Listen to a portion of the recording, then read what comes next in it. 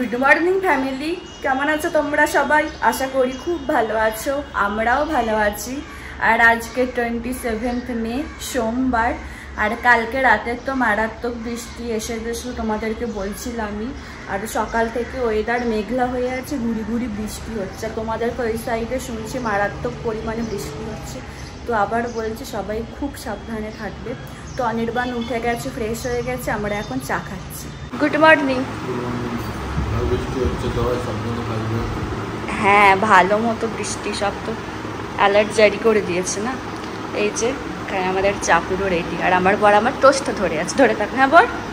অনির্বাণ এই মাত্র অফিসে বেরোলো, কিন্তু জানো তো এখানে বলছে তোমাদের বৃষ্টি হয়েছে কালকে রাতে। আজকে সকালবেলা বললাম না ঝিরিঝিরি বৃষ্টি হলো, কিন্তু গরমটাও ভালো মতো আছে। কিন্তু কলকাতার সাইডে যে বৃষ্টি হচ্ছে এটাই অনেক অনেক শান্তি পাবে এবার তোমরা।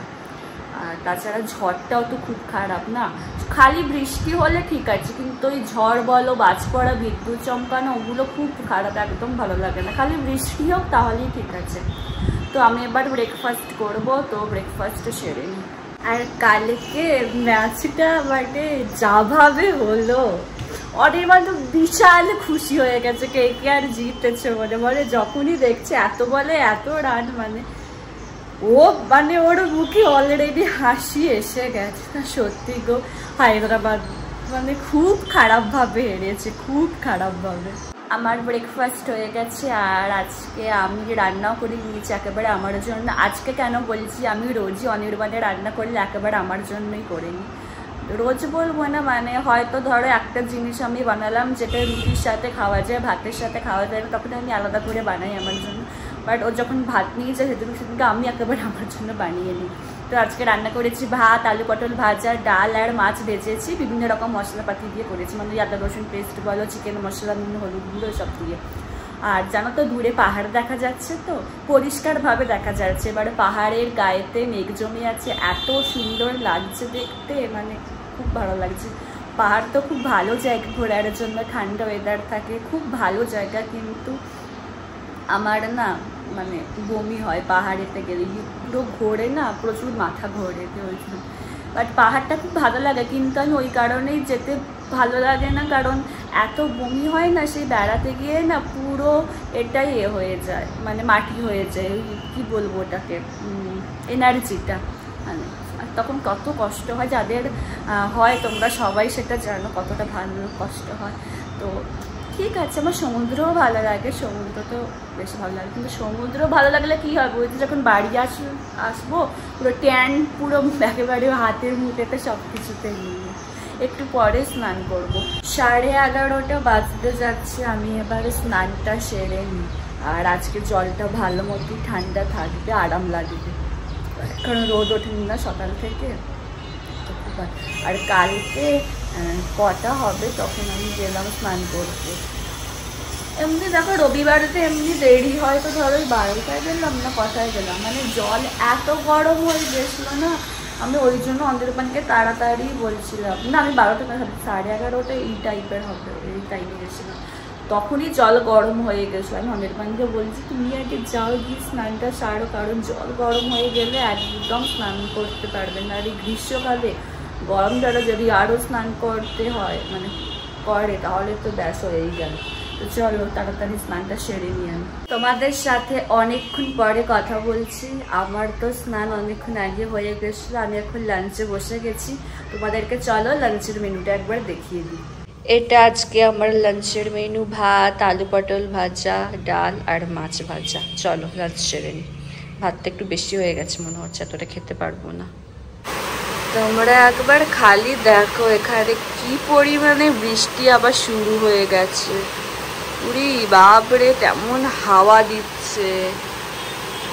আমি তোমাদের এমন করে বললাম যে একবার দেখো এখানে কেমন বৃষ্টি হচ্ছে, যেন মনে হচ্ছে যেন ওই সাইডেতে হচ্ছে না। তোমরা তো আরো বাজেভাবে বৃষ্টি দেখেছো, যেখানে ঝোড়ো হাওয়াটা অতটাও চলছে না, বাট বৃষ্টি হয়ে যাচ্ছে।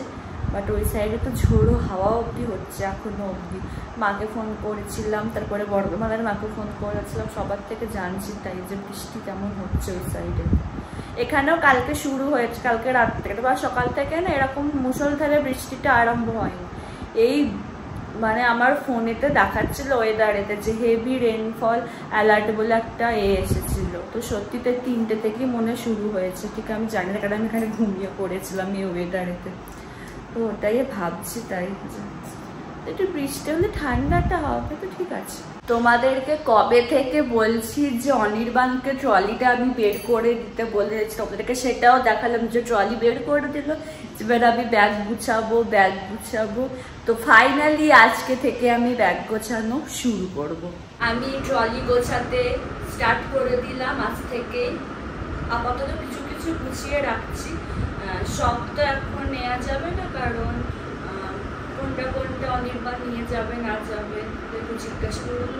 কিছুকে জিজ্ঞাসা করে কিছু আমি শর্ট আউট করেছি ওর জামা কাপড়, বাট আমি তো জানি আমি আমার জন্য কী কী নিয়ে নেবো, তো ওগুলো সব ফাইনালাইজ করে নিয়েছি। তো চলো গোছাটা শুরু করি। আর ওপরে এটা আলমারির ওপরে ছিল না ট্রলিটা, ওগুলো করে গেছে, ভাবছি একটু মুছে নিয়ে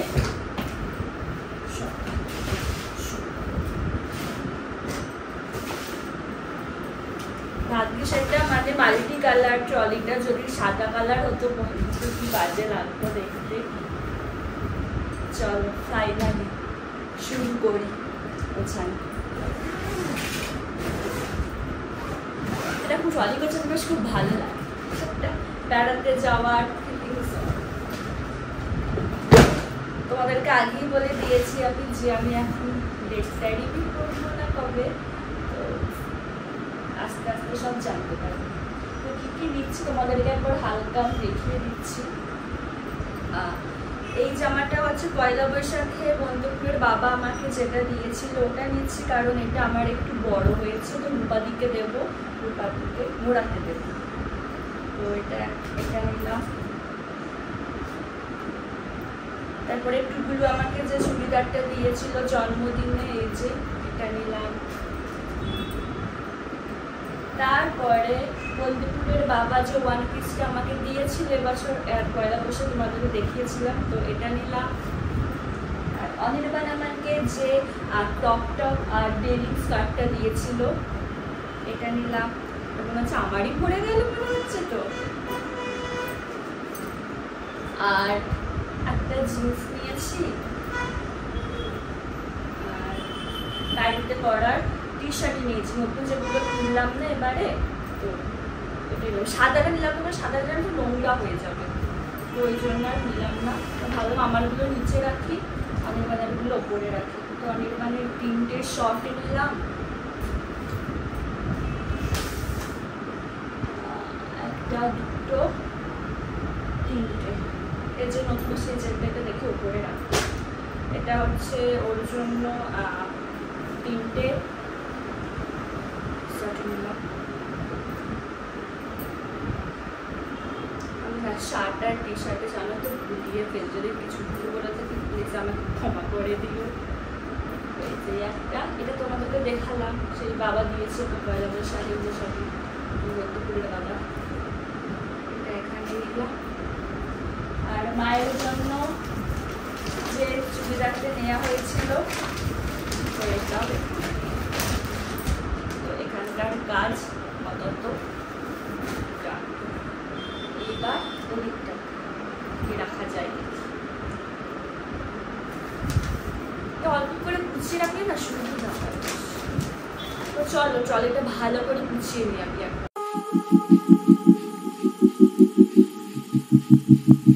ব্যাগ গোছানো কমপ্লিট, এবার রাতে রান্না করব। আজকে রাতে রান্না করব পরোটা আর নিরামিষ আলুর দম। আগে আলুর দমটা করে নেব আর ময়দাটা মেখে রাখবো ময়ন দিয়ে, তারপরে খাওয়ার আগে করবো। তো চলো রান্নাটা শুরু করি। এই যে দেখো এখানে আমার আলুর দম পুরো রেডি, ওপরে একটু ক্রাশ করে কাসুরি মেথি দিয়ে দিয়েছি। এখন এটা চাপা দিয়ে রাখি, খাওয়ার আগে একটু গরম করে নেব। আর এই যে দেখো এখানে আমি ময়দাটাও মেখে রেখে দিয়েছি বয়েন দিয়ে। বয়েন বলছি, কি সব কথা বলছি বয়েন দিয়ে। তো বসে বসে কিন্তু টিভি দেখবো। অনির্বাণ এই মাত্র অফিস থেকে এলো, আর এই যে দেখো এখানে আমি পরোটা করতে শুরু করে দিয়েছি। পরোটাটা হয়ে গেলে আমরা ডিনার করে নেব। আমরা খেতে বসে গেছি। এই যে পরোটা, আলুর দম, আম, মিষ্টি। খুব ভালো হয়েছে। কোনটা? সত্যি? চলো, আমাদের এই মাত্র ডিনার হলো। তাহলে আজকের ব্লগটা এখানে শেষ করছি। যদি আমার ভিডিওর কিছুটা হলেও তোমাদের ভালো লেগে থাকে তাহলে অবশ্যই তোমরা আমার চ্যানেলটাকে সাবস্ক্রাইব করো আর আমার ভিডিওগুলোকে লাইক, কমেন্ট আর শেয়ার করো। আর ডেসক্রিপশন বক্সে আমার ইনস্টাগ্রাম লিঙ্ক দেওয়া থাকলো, তোমরা ওখানে আমাকে ফলো করতে পারো। তোমাদের সাথে আবার নেক্সট ব্লগে দেখা হচ্ছে। আজকের মতো টাটা, গুড নাইট।